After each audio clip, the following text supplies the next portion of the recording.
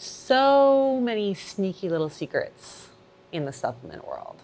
Hey everyone, I'm Abby Sharp. Welcome to Abby's Kitchen.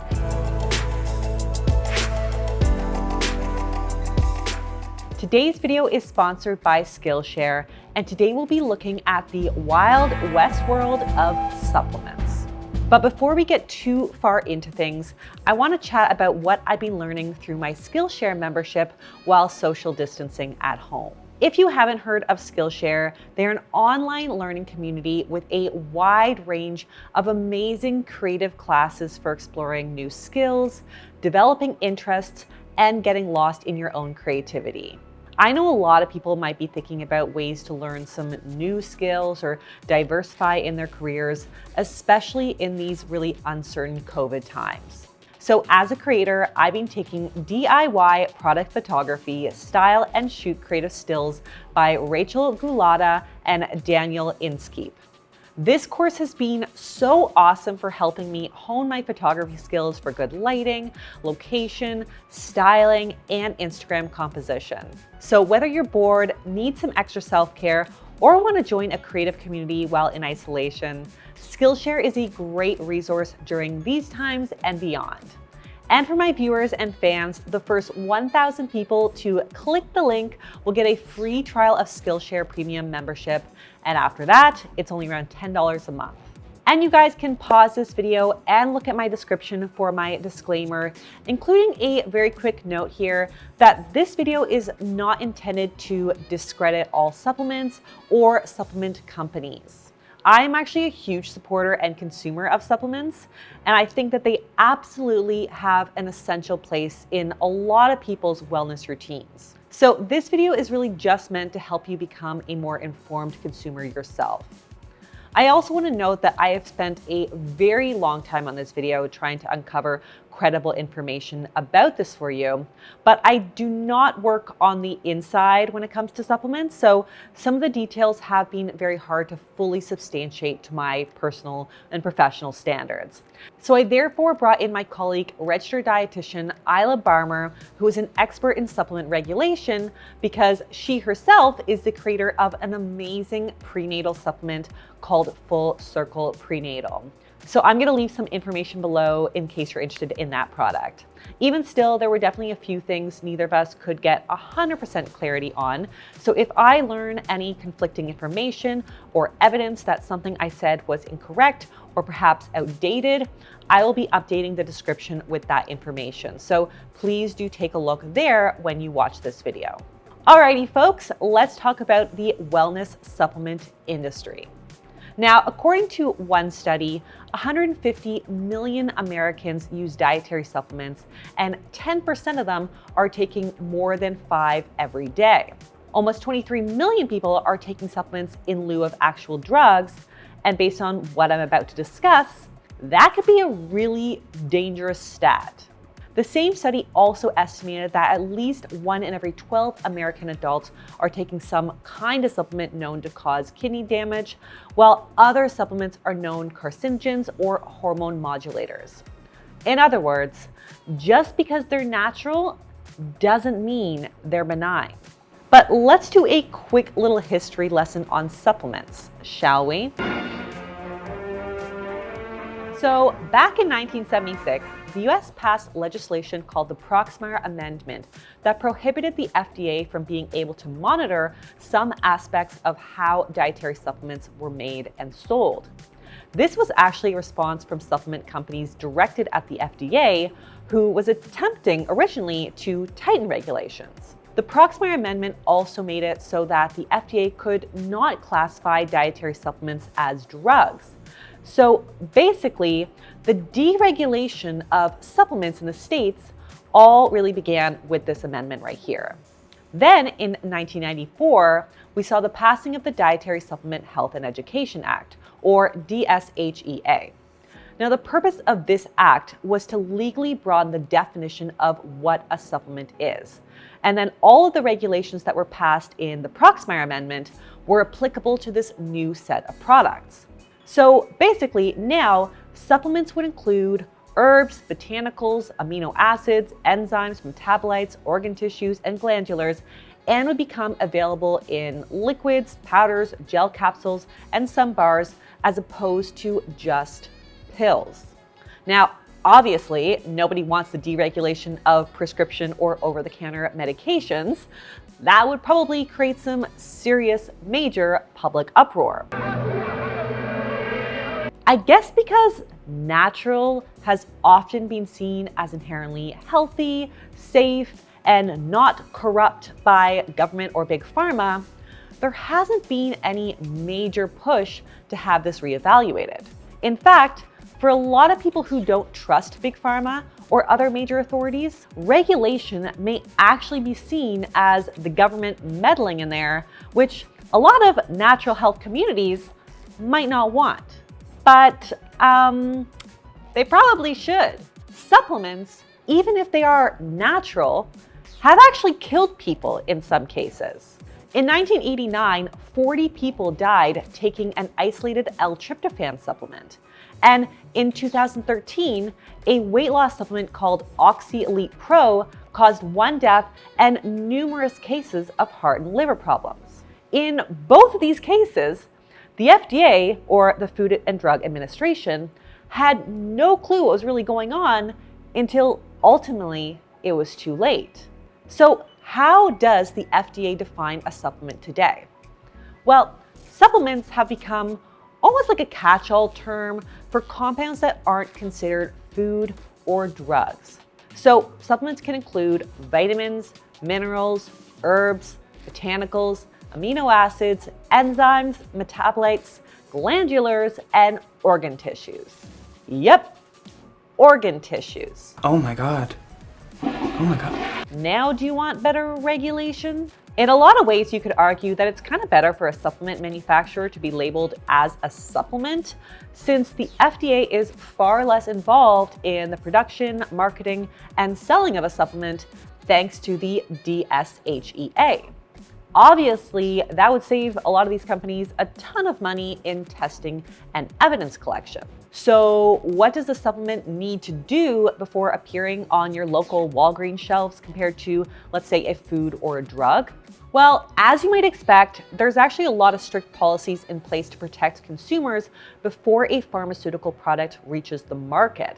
So things like importer accountability laws, facility examinations, sample analysis, and registration of foreign products has to occur before these pharmaceuticals can be sold in the country, just to name a few important steps.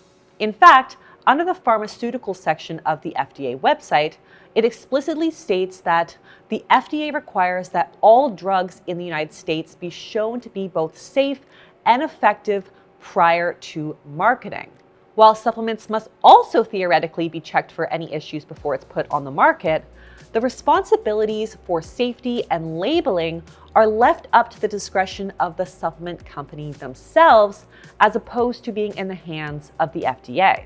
Now, the good companies take this responsibility really seriously because the liability here is potentially huge. But unfortunately, some of the not so great ones either don't bother because hey, no one's checking their homework, or for the sake of marketing to the consumer, they may stage studies where they make their product look great in a very controlled environment. Arbonne is a great example of this, and I talked all about that in my video right here. Either way, 75 days before a product goes to market, companies just have to send FDA a little note that suggests why they believe that their product is safe. The FDA only gets involved in taking action against any adulterated or misbranded products after it reaches the market. And considering there's close to 6,000 companies pumping out 75,000 supplements in America alone, this only really happens when there's been a reported problem. There's just too much to police, and the FDA just doesn't have those kind of resources. So that means they're not regularly hitting up manufacturing plants, especially those located abroad, as a lot of supplement companies tend to source their raw ingredients from places like India and China. They also don't have the resources to be checking in on the accuracy of ingredient lists and label claims. Unlike with pharmaceuticals, which often need to undergo months of trials and demonstrate their safety and effectiveness prior to marketing, there are no standards on the rigor of evidence needed to support a supplement's marketing claim. As for the introduction of a new or a novel ingredient into the market, this is when the FDA would technically need to be notified. If all of the ingredients in a product have been previously used in other products or supplements, they can kind of repackage it and bring it to the market right away. But supplement companies can often skirt around this too through what is now known as GRAS, or GRAS. So GRAS, or the generally recognized as safe affirmation, was introduced in 1958 for use by supplement companies and also in food. Now, the GRAS expedition allows manufacturers to make safety determinants that the uses of whatever chemicals, additives, or other ingredients they're putting into their products are generally recognized as safe without having to necessarily notify the FDA for evaluation or testing. Again, owners of the supplement companies can choose the scientists, regulators, and inspectors to legitimize their products. So, for example, Arbonne could theoretically hire their own team of scientists and researchers to conduct their own industry-funded study. So the research isn't necessarily done by an unbiased third party. It might still be quality research, but it's not without bias. So yeah, this may be a bit of a potentially shady loophole to be mindful of.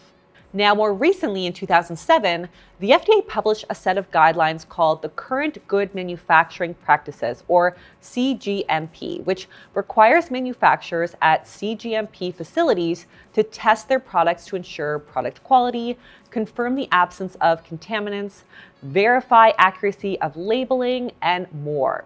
And the FDA does audit manufacturers at CGMP facilities. However, in 2013, the FDA inspected only about 10% of the estimated 4,000 manufacturers covered by the CGMP regulations, and 2.8% of all of the 14,995 domestic and international dietary supplement firms registered with the FDA. So, looking for a supplement company that is manufactured in a CGMP facility is definitely good reassurance for a consumer, since this is an optional but rigorous program. But again, it's clearly still not perfect. So yeah, supplements don't have to do a whole lot to prove they're actually safe before you're able to purchase them. So what should buyer be aware of when it comes to purchasing supplements? Here are some really important things I want you to know. Number one, they don't have to list any side effects or interactions.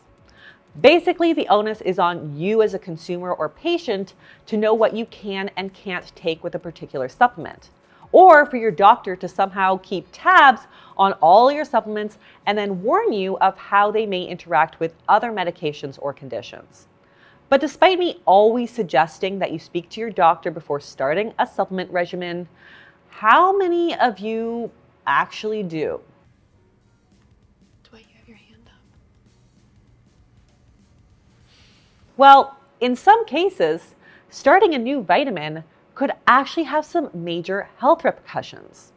For example, St. John's wort, a very common supplement used for depression and anxiety and menopause, actually interferes with about 50% of prescription drugs on the market, including birth control and pharmaceutical antidepressants. So yeah, I would bet there've been quite a few oopsie moments related to this herb alone. No, there it is.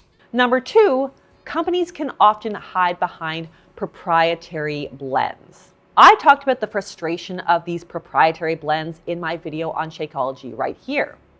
But essentially, even if you are in the know on what herbs and vitamins are safe for you, you might not even know what you're getting if the ingredients are packaged under the guise of a proprietary blend. Number three, supplements may theoretically be marketed at any concentration as long as the daily recommended value, if available, is specified on the label. So one example of this is vitamin B12, which is often sold in 2,500 microgram doses, aka 1,000 times more than a person theoretically needs in one day. Now, I know that for many of you, this might sound like a good thing, right? Like the more vitamins and minerals we eat, the better, right? Well, not exactly. Tolerable upper intake levels actually exist for most vitamins and minerals, and even water-soluble vitamins, which can be excreted in excess and theoretically should be relatively harmless, can potentially have some dangerous repercussions in certain situations. So in the case of vitamin B12, which again, you would just normally pee it right out, getting too much or too little in pregnancy has been linked to autism. So more doesn't necessarily always equal better, and it's really best not to self-medicate and to consult a healthcare professional about your unique individual needs. Number 4, raw natural ingredients are often sourced internationally and often are hard to carefully manipulate, measure, or control. Unlike pharmaceuticals, which are carefully measured and compounded in a lab, nature is not always so precise. This can result in major discrepancies about how much of a nutrient actually ends up in a product compared to what the label actually says. Reports have suggested that overages and underages in supplements are surprisingly a common phenomenon. One review recently published in the Journal of Nutrition showed that certain supplements tend to have ingredient overages of 20% or more. Specifically, a lot of multivitamins had approximately 10 to 20% more calcium than their label had stated. And unknown to many, consuming too much calcium for some people can cause a number of adverse consequences like constipation and potentially kidney stones. Finally, in addition to discrepancies in ingredient amounts, there's often the risk of actual contaminants in supplements where they ultimately do not belong. In 2010, U.S. Government Accountability Office report analyzed 40 different dietary supplements looking for the presence of lead, arsenic, mercury, cadmium, or pesticides. The results showed that at least trace amounts of at least one or more of these contaminants were found in 93% of those samples. In the case of botanicals, there can be huge variation in strength and quality depending on the genetic variation or environmental conditions of the plants of origin. One study reported that 59% of tested botanical supplements contained plant species not even listed on the label, and that active ingredient substitution was observed among 83% of companies tested. Yikes! So we have established that supplements may or may not always contain what they claim to contain, and may or may not be healthy or safe for you, depending on a wide range of unregulated factors. But what about how they're marketed to you? Well, turns out that can be a little bit shady too. In 1994, the DSHEA that we discussed came up with structure-function claims. So, unlike drugs, supplements are not permitted to be marketed for the purpose of treating, diagnosing, preventing, or curing diseases. So that's good. So they can't say that something cures heart disease or lowers cholesterol or reverses erectile dysfunction. What they can do is use words like supports or targets. And that's why we often see supplements with verbiage like supports a healthy immune system or targets our stress response. You may also notice that any claims that they do make need to be accompanied by a itty-bitty little disclaimer that these statements have not been approved by the FDA. So you've probably all seen that line a lot. Or if you haven't, now you will. Now, before I get into how to choose a reputable supplement, I quickly want to flag that what I'm discussing largely is about American regulations. I cannot speak to how supplements are regulated in Europe or the UK, and it's only slightly different here where I am in Canada. So very quickly, supplements in Canada are licensed as natural health products or NHPs, which help to create safe product formula standards, dosages, and claims about usage. NHPs have approved blurbs about ingredients on packages that include a little bit more detail about ingredient types, dosages, and claims of the product. There are also a few more details provided about specific dietary ingredients, also things like nutrients and other substances that a supplement would have on their label. And Canadian regulations actually license all of the businesses involved in manufacturing, holding, processing, and distributing a supplement. Finally, there's a legal dietary ingredient database that exists in Canada where all legitimate and licensed ingredients are registered. Unfortunately, even with all of these safeguards in place, the system is far from perfect. The standards are pretty low for what passes as an effective supplement. Marketing regulation is total crap. And there is a major backlog in adverse event reports to Health Canada, so that it can take a very long time for something to be taken off the market. So maybe not as bad as the States, but still really not great. So I know that I may have freaked you guys out a bit, but I want to remind you that supplements are not bad. And supplement companies are not all out to scam you or to make you sick. Absolutely not. I think supplements are vitally important in a lot of cases. It's just a matter of finding the right one for your needs. So what should you be aware of when choosing your supplements? Number one, look for a third-party tested product. I like to use websites like Labdoor, Informed Choice, and NSF Sport to look for a product that has been tested by a company other than the one that you're buying it from to look for impurities, accuracy of labeling, and quality. Labdoor, for example, will send a sample of each product to an FDA-registered lab for detailed chemical analysis, which includes measurements of active ingredients and potential contaminants.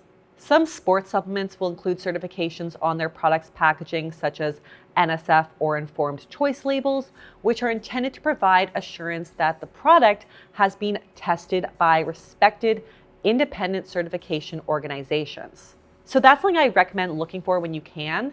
And if you can't find your go-to supplement on one of these websites, you can email their support team and ask to see proof of their third-party testing. Number two, use non-commercial websites to learn about supplement ingredients. Credible authorities like NIH, FDA, and USDA often have fact sheets about common ingredients and their respective evidence, which provides a more unbiased source on the legitimacy of some marketing claims compared to the brand's websites, which we now know is not so well regulated. Number three, know that if a claim sounds too good to be true, it probably is. So be mindful of product claims such as works better than a prescription drug, or it's 100% safe, or has zero side effects. If these supplements have enough of an effect on the body to work, they also have the potential for unwanted side effects. Next, be aware that the term natural doesn't always mean safe. So as we mentioned, there's lots of potential for interactions and contraindications depending on your unique health status. Don't forget that supplements are never meant to replace an actual healthy diet or pharmaceuticals when needed. So I always prefer to think of supplements as complementary, not supplementary in the quest for good health. Don't forget to always speak to your healthcare provider before starting any supplement regimen. And finally, report any serious side effects or issues associated with a supplement to the FDA as soon as possible. Your reporting could potentially save someone else or many people from serious harm by getting an unsafe or misleading product off the shelves ASAP. In conclusion, a reminder that I am not insinuating that supplements are bad. I buy and I take a lot of supplements, but I also know what a Wild West rodeo it is out there. So I am sharing this information to help you become more informed consumers. I'm planning to hopefully make this into a whole series where I look at different kinds of supplements and categorize them as yay or nay in my books. So leave me a comment below if there's a product that you take that you want me to potentially review. And on that note, that is all that I have for you guys today. Thanks again to Skillshare for sponsoring this video. If you liked it, be sure to give it the thumbs up.